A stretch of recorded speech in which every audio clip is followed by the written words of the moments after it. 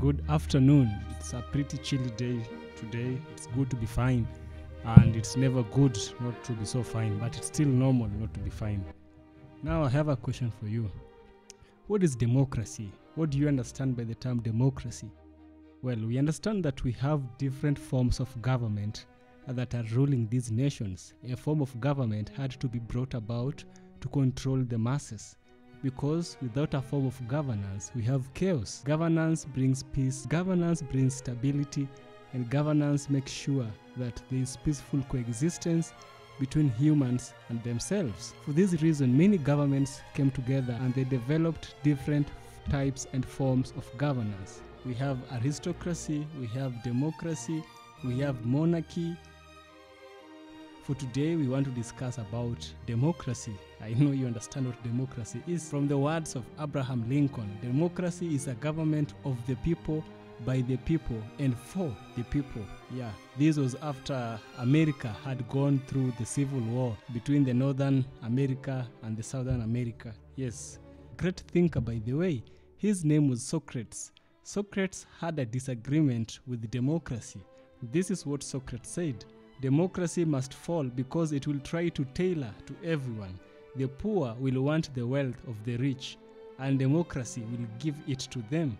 Young people will want to be respected as elderly, and democracy will give it to them. Socrates is saying that democracy will bring unjust and unfairness. People who are lazy will rip off from the people who are hardworking. And to some point, if you come to think of it, I think Socrates is right. Socrates depicts democracy as nearly the worst form of rule. Though it is superior to tyranny, it is inferior to any other political governance. Socrates feared democracy would elect demagogues. Socrates himself was extremely worried that the democratic format will give rise to demagogy. Now, democracy has some of its problems here in Africa as well. You know, many times we say we want democratic government, but same time, these things which we request are the things which are going to bring us problems. And I don't know if Africans realize this. Sometimes what you request is what can bring about your downfall. Now we have this man from South Africa. He is actually a Zimbabwean. His name is Joshua Mapolong. Joshua is trying to tell us the dangers of democracy. Watch this video with an open mindset. Try to understand the concept that he's trying to give us, and then by the end of the video I shall share with you my thoughts, where we shall also have a deep critical analysis. Let's dive in. 70% of the land is still in white hands, and the whites are not here. So this is our party. Put your hand on your head and say after me, this is how I think. Say after me, this is how I think. Put your hand on your heart and say, this is how I feel. Put your hand in your hand and say, this is how I do. Do we have the passion to deliver this? Beautiful strategies that are not implemented, they will rot on the shelf. Horrible strategies that are implemented violently will succeed. So it's not in the beauty of your manifesto that you find success. It's in the violence of your passion that you will translate your information into your passion, into your action plan. Stop correcting full stops and commas. Look for your hands and implement what you have said you are going to implement. I'm a technocrat in terms of being an intellectual harasser and social maverick who upsets systems. There I'm a professional. I will harass you and you will not sleep for 16 weeks in a row. And I would want you, as we are concluding, to live here uncomfortable. And I'm doing this deliberately so that you can have an action plan that let us go out there and let us do something about it. You guys went to war, and you did not go to war to fight for democracy. We didn't go to war so that we wanted to share toilets. No, we can build our own toilets. We went to war because we wanted to restore land. Number one, we wanted power away from those that were oppressing us and to have it to ourselves. This, as a Pan-Africanist, this has been the weakness of all African governments, all of them. They went to war to fight for land.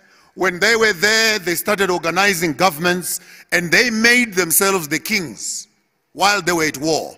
And when they came back, they assumed the instruments of colonial power systems, and they started to become the drivers of the same system which had oppressed them. I'm not mixing my words. So we came back with presidents when we went to war with kings. And when they came back, they sat on the same chair that the colonialist was sitting. They became the ministers of health to manage the same health system, ministers of education to manage the same education system, ministers of water to manage the same water policies. Even as we speak today, we still have the red line zones in Namibia where goods cannot move freely. In a country, we call a country, but you cannot cross over with the avocados and beef. You cannot cross this line. And you sit back and say, who drew this line? A bunch of some Boers and German guys who said, no, if you allow goods from the north to come down here, then the businesses of the south will die. We are the monopoly holders of business in Windhoek. You can't allow cheap things from the north to come, and those red lines are still there.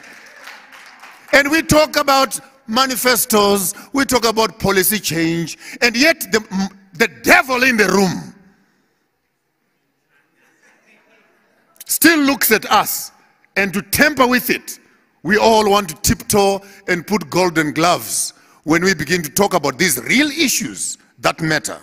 We only have 3 things to discuss. Number 1, it is water. Number 2, it is land. Number 3, it is air. That's what we are made out of. And that's what gives us legitimacy to stay on this earth. Every one of us, we have a right to clean air. Every one of us have a right to clean water. Every one of us have a right to land. So we don't have all these ministries, beautiful and cosmetic as they are. Minister of what, minister of what, minister of what, minister of what. Oh, they sound very nice, those things. You only have one ministry, and that is the ministry of land. Because in ministry of land, agriculture is there. In the ministry of land, water is there. In the ministry of land, roads is there. In the Ministry of Land, infrastructure and housing is there. In the Ministry of Land, mining is there. In the Ministry of Land, agriculture is there. If you don't have land, what are you ministering? I mean, we can tiptoe around this thing until the cows come home. The Namibian government, through the SWAPO Liberation Organization, need once and for all to look at land as the real ministry, and all other ministries can wait. Even energy is founded on land. Without land, how can you harvest solar? How can you harvest oil? How can you harvest water to generate the power that you're talking about? So land is critical. When we have these ideas, we are going to be spending $500 million. Congratulations, Honorable Minister. $500 million going towards agriculture. Oh, put your hands together. Ah, wow. Now stop and start crying. 70% of that land is still sitting in white hands, so the 500 million is going to who? And again, before you get discouraged, as Africans, remember you learn from your neighbors. I'm coming to you from a radical space of Zimbabwe. Now you have an option, because South African policies of land are affected, number 1, by Germany, number 2, by South Africa, and your own Namibian policies. Shame to say, South African land, 72% of that land still lays and sits in white farmers. In Namibia, you're at 70%. So when you look at yourselves in terms of land, just consider that you are exactly where South Africa is. Because of the golden gloves around land, ANC broke into pieces. UDM, Likota's party, what do you call it? COPE, after COPE, EFF, after EFF, MK, and you go to the manifestos of all these political parties that broke away from ANC, it was one single issue, that they are not willing to address the issue of land. Namibia, you're not far from that. I see lots of young people beginning to look for change. They're not looking for change. It's because you are being gentle the way you look at this monster. The quicker you address this issue, the better. Follow me carefully. We are going to do everything according to the rule of law. Congratulations. Whose law? The same Roman Dutch law that sent you to war is the same law you are trying to implement to fix it. Now let me teach you something like a criminal. Use the law, but use it to your advantage. I'm telling you a strategy like a serious criminal.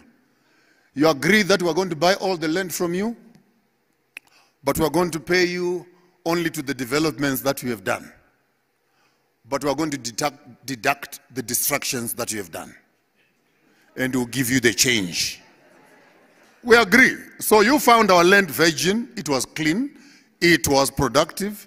You have worked on it for 50, 60 years. You've put fertilizers. You've polluted the rivers. You've what. The quality of the land that you found, vis-a-vis the quality of the land that we are now buying, cannot be at the same price. So we agree to the 3 million purchase of your farm. We deduct siltations, salting of the land, destruction of nature, and etc. And we give you the change. And then we can decide how much can we pay you for what you destroyed. I mean, if they use the law, because for me it's clear, if you take away the law, the land without law, how can we use law to take it back? It was taken without law. In our own way in Zimbabwe, we would take it back without law. What am I talking about? When it comes to the issues of land, Zimbabwe, we took a radical land reform program. Follow very carefully. We got tired, 25 years of being lied to by the British government. We are going to, when they were using our land as a retirement package for their soldiers from the British Army. And they lied for 25 years, hoping that in 25 years, Mugabe will be gone. They were disappointed. The man was still alive and he was there. And the promises they'd given him were not fulfilled. So it became a mess. The soldier said, if you don't give us land now, you and Britain are all going out. Mugabe had to make the U-turn in his policies and look at Tony Blair and says, Tony Blair, you can keep your Britain, I'll keep my Zimbabwe. They grabbed the land. Unfortunately, our brothers, being our brothers, they distributed the land amongst themselves. It trickled a little bit to the bottom, but the rest of them, the generals and the army, some grabbed more than they could need. And up to now, chased the white people out of the economy, and our food basket went down, our economy went down, sanctions followed us, and for the rest of this generation, you have known Zimbabwe as a junk state because of that. Now, you are Namibia, you are smart, slightly smarter than us. So I'll give you a 5-year to a 10-year plan. Start a vigorous agricultural training program for your youth. Stop talking land. Don't make noise for these white guys. They will wake up. But I'm giving you a strategy. For the next 5 to 10 years, start developing serious commercial farmers who understand the agro-business. From soil to plants to animal husbandry to what, who understand it fully. Then take the communal land that is now available. Experiment with them. Teach them. Let them know how to do the food security business. The guy who feeds you controls your mouth. You can't talk too much. If you are borrowing food from me, and remember, food is now being used as a weapon. So they will control your food, as they did in other countries, and as they are still doing now. So have an educational program first. So it starts off with your educational system. Develop agricultural institutions, vigorous ones. Then slowly, when they graduate, these kids, start putting them on the farms. 5 years from now, 10 years from now, your first graduates, you can begin to approach critical farmers and purchase those farms.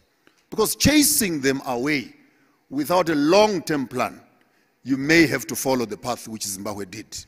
The Zimbabwe model is perfect, except that it was rapid and it did not meet up with a properly planned educational system that will be able to protect the stomachs of the people. But while I'm saying that, our stomachs are captured and they are colonized. We need to liberate ourselves from our forks and knives. Because poor agriculture gives us poor health. And all these GMO foods we're talking about in terms of land, we need to liberate ourselves and start going back to organic farming, indigenous seeds, small seeds. Our parents did not have water shipped around where we need more trucks to carry water. They were staying where they were staying and they had access to water. But when you moved them away from where they were, now you need to move water to where they are, which is not practical. So we need to start looking at vigorous ways of vigorously transforming this mindset, particularly as a ruling party. Stop acting like an opposition party. You are a ruling party. You are not an opposition party. Set the agenda items loud and clear, and let the rest of the nation follow your agenda as a nation and a ruling party. You need to, again, lastly, to benchmark your land reform strategy and go to China, learn from China. No one owns land in China. The government owns land, we give you lease agreements. When you die and the lease expires, the land flows back to the owners, who is the state. Tanzania,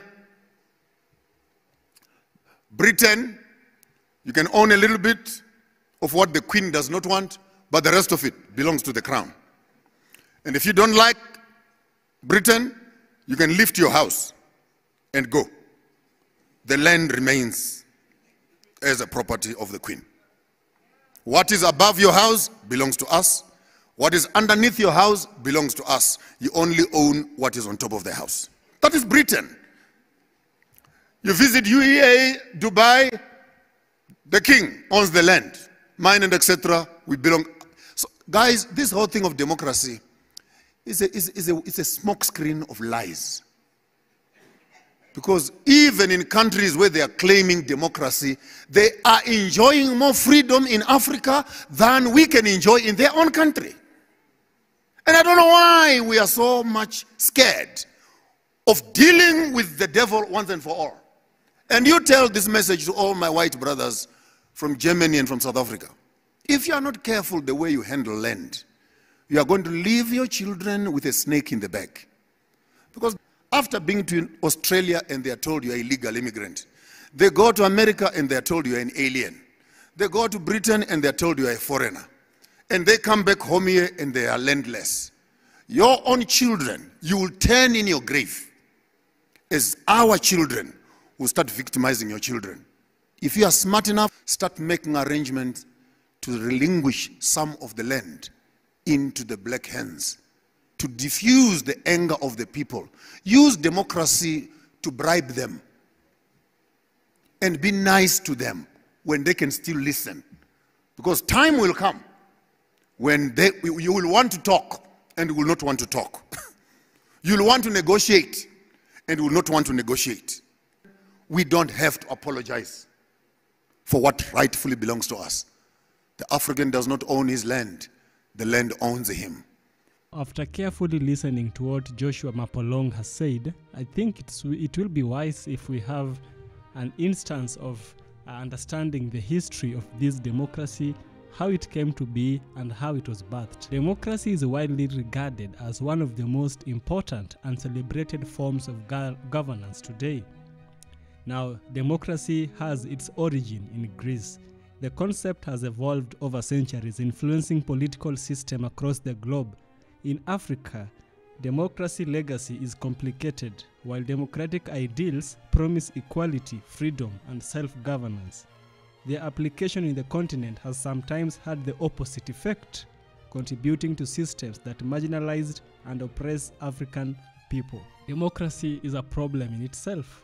You know, democracy might seem to be good, but in the wrong hands, it's oppressive, and it's oppressive to quite a number of people. You understand? Democracy tends to be like communism in some way, which is not really good.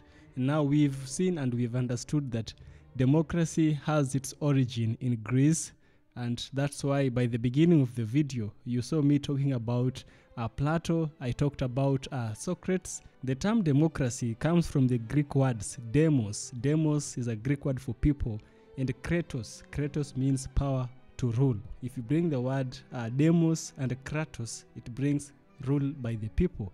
This concept originated in Athens. In Athenian democracy, eligible citizens, which excluded women, slaves, and non-citizens, could participate directly in decision-making processes, while it laid the foundation for modern democratic thought. The Athenian model was limited in scope and inclusivity.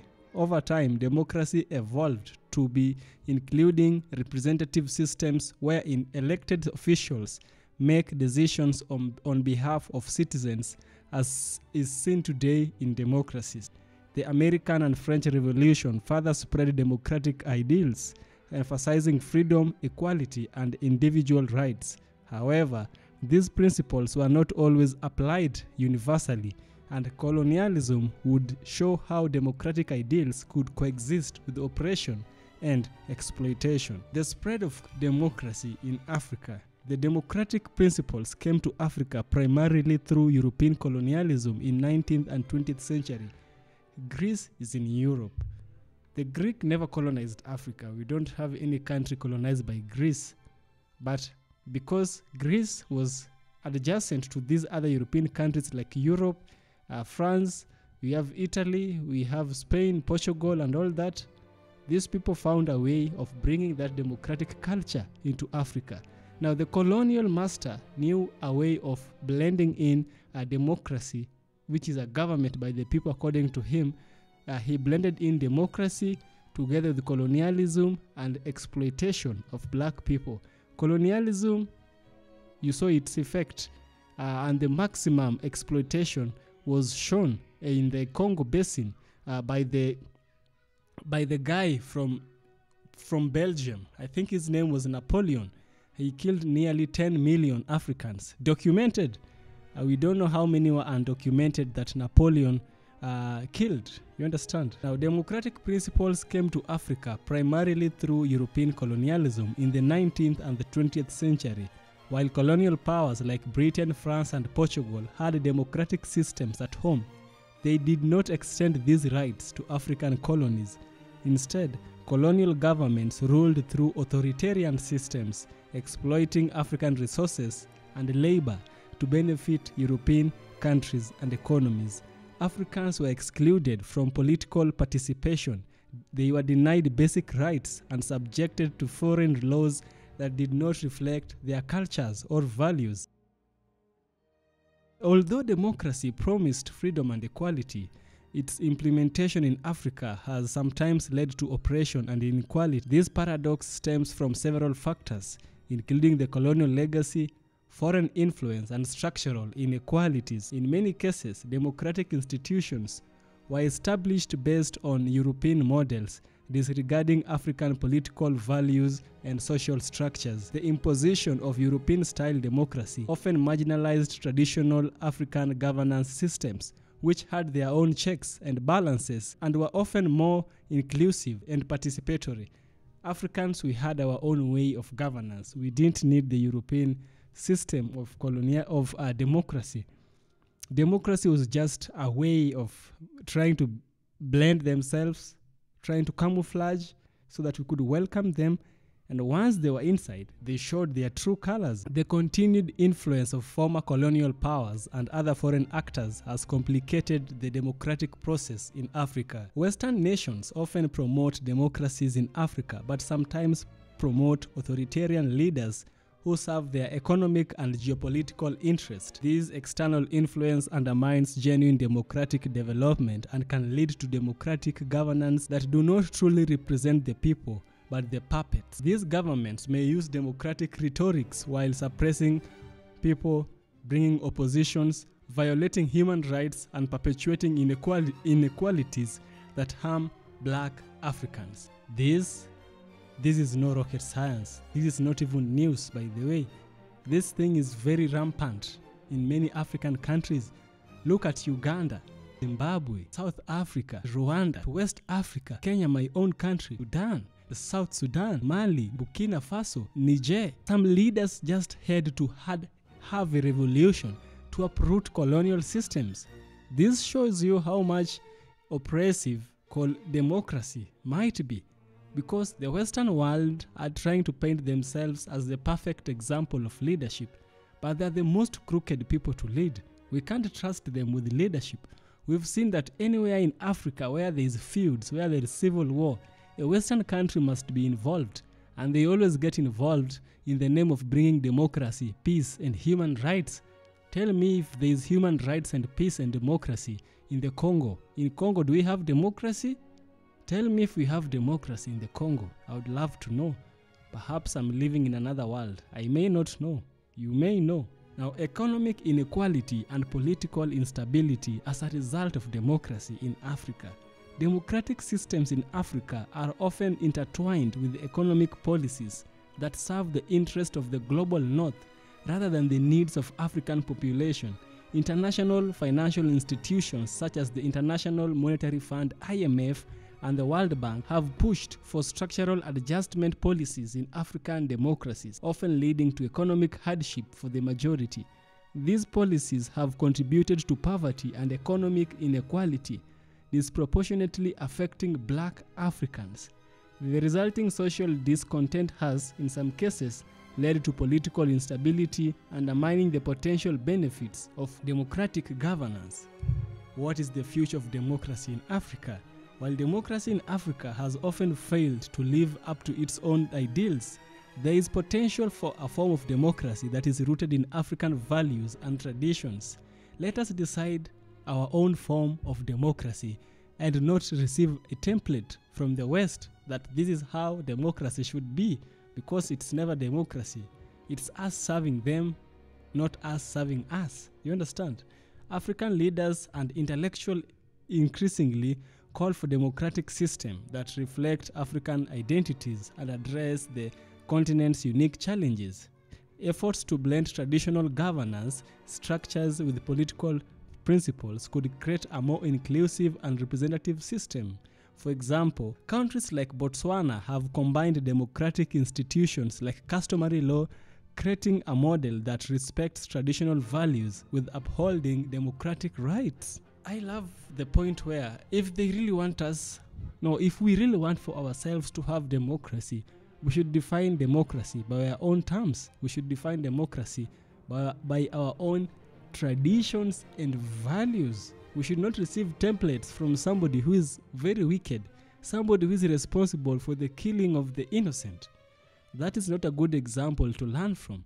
And that is what is happening, unfortunately. It's happening because we've had leaders who are puppets, leaders who, once their pockets are filled with a few cash, they take it upon themselves to sacrifice the rights of the remaining population for their own benefit. This should not happen. If we are to have democracy, it should fall within the hands of Africans. It should fall within the constrictions of our values as Africans. Let us have a conclusion to this. Democracy is a system with roots in ancient Greece. It has had a complex legacy in Africa.